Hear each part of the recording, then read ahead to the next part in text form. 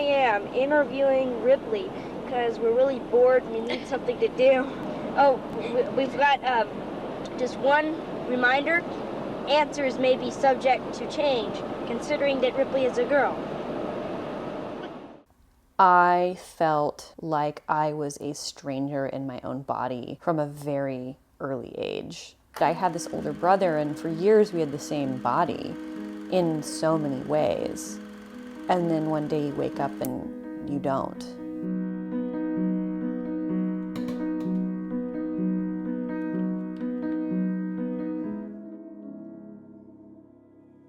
I grew up in Monnier, California.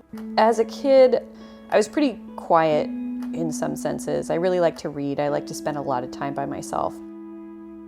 I think when you're a kid, adults make decisions for you, and some of those decisions are about who you're gonna be friends with. And even those people never really felt quite similar to me. 6th grade, I kind of tried out a new persona. It was this concept of, you're growing older, you're gonna be a young woman.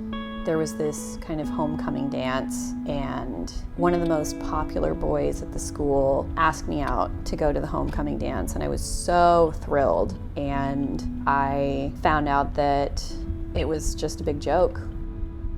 That was kind of a moment when I knew I couldn't lean into that femininity as hard as I wanted to. Pretty shortly after that, I shaved my head.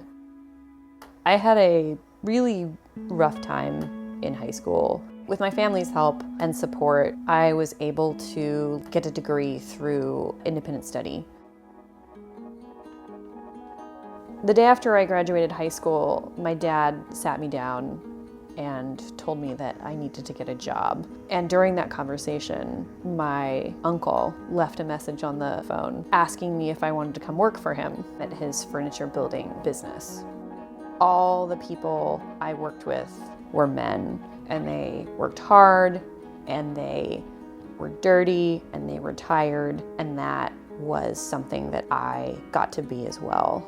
I could hold my own in that space. It was maybe the first time I ever felt like my body could do things for myself that made me feel satisfied and happy. I moved to Portland, Oregon when I was 19. I had so much access to things that previously I had not. Living there was the first time that I was making art as a daily practice. I was taking art classes. I was showing my work in galleries. I was participating in group art events. I also started drinking more heavily. I felt like I was emanating the kind of men that I had seen in my life. And to me, that was a masculinity that I could relate to. I moved back to California, and my drinking probably was at its worst. When I was living back in my hometown with my parents, I was approached by my mom, who said that there was something wrong. I went to go see a psychiatrist who promptly diagnosed me with bipolar disorder. His reasoning was that I had reported being queer, and that was his number one reason to say that I was engaging in risky behaviors.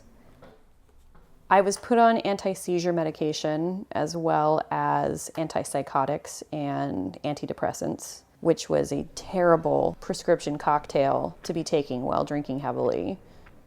At that point, my sanity was much more important to me than nursing any kind of alcoholism that I had.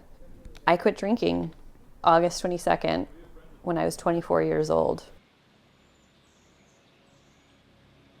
Once I got my sobriety down, I was able to look more intently at the diagnosis that I knew and felt so deeply was wrong for me. I went to many different psychiatrists throughout the years. I did the research. I lived a life as a bipolar adult woman, and none of that equation made any sense to me. The new diagnosis happened just a few months after I turned 30. I finally found a psychiatrist who was willing to sit down and really talk to me. We only talked for about 15 minutes before she decided to completely wipe my file. I was diagnosed with post-traumatic stress disorder. That made everything fall into place for me. I wasn't a sick person because of my queerness. That's really what allowed me to come out as trans. I have a studio now, and I have an art practice, and I feel like my art became more fluid. I'm looking forward to inhabiting a body that I am proud of and that I feel like is completely mine from this day forward. I don't know what that's going to look like, and I don't know what form that's going to take, but that's my decision now, and that's something I have not felt for a very long time.